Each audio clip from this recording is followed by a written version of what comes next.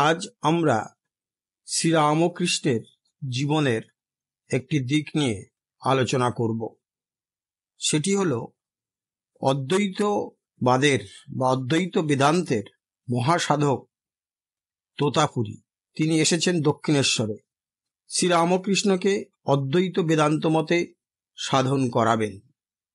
তোতাপুরী বলছেন, জীব শিব মূলত এক। এই কথাটি শ্রীরামকৃষ্ণকে শুনিয়ে দিয়ে বলছেন কিভাবে ধ্যান করতে হবে। তোতাপুরী বলছেন, এই রূপ ধ্যান কর, নাম রূপ ভাব সমষ্টি এই জগৎ এবং দেহ ও ইন্দ্রিয় সমূহই মনেতে লয় কর। মন বুদ্ধিতে লয় কর, সর্ব অধিষ্ঠাত্রী বুদ্ধিকে আত্মাতে লয় কর। আবার এই আত্মাকে বিরাট আত্মাতে লীন করে চিন্তা কর, যেন তুই সেই সৃষ্টির অতিরিক্ত অথচ সর্বব্যাপী পরমাত্মা।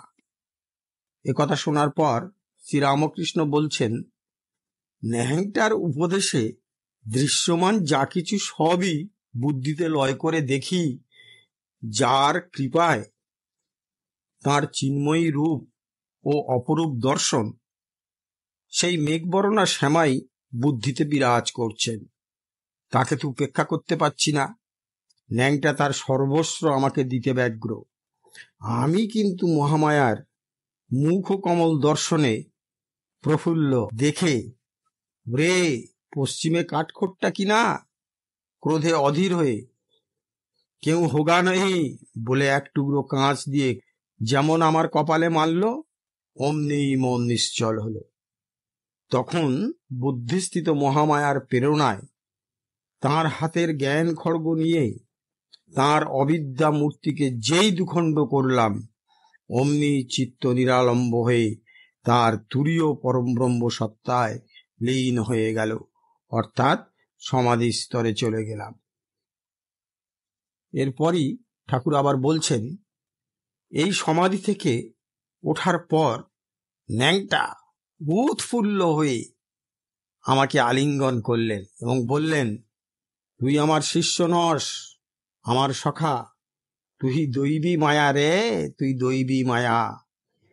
যে নির্বিকল্প অবস্থার জন্য আমি 43 বছর নর্মদা তীরে প্রাণপাত করেছি, তুই কিনা ক্ষণমাত্রে তাতে সিদ্ধি লাভ করলি। তুই মানব নস, তুই দৈবী মায়া, তোকে উপদেশ করে আমি ধন্য। আবার লুপ্ত হয়ে যা বেদশাস্ত্র সমুজ্জ্বল হলো।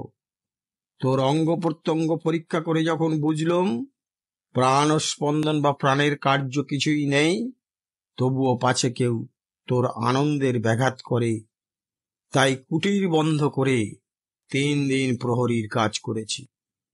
কোটি কোটি মানব মধ্যে কদাচিৎ কারো এই রকম সমাধি হয়।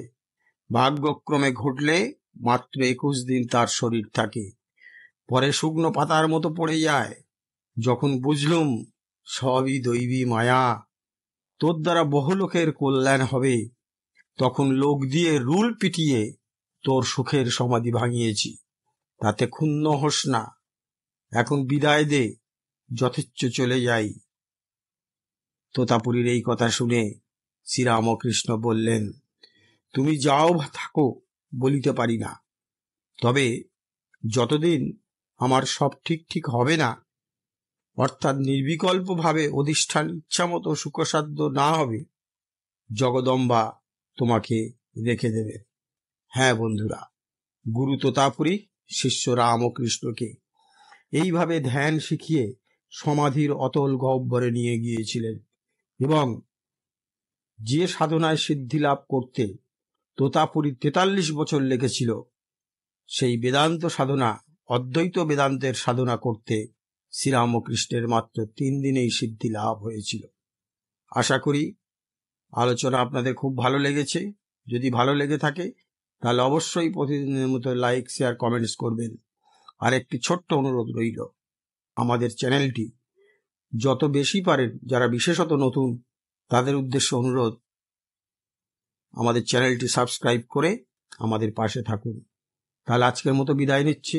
নমস্কার।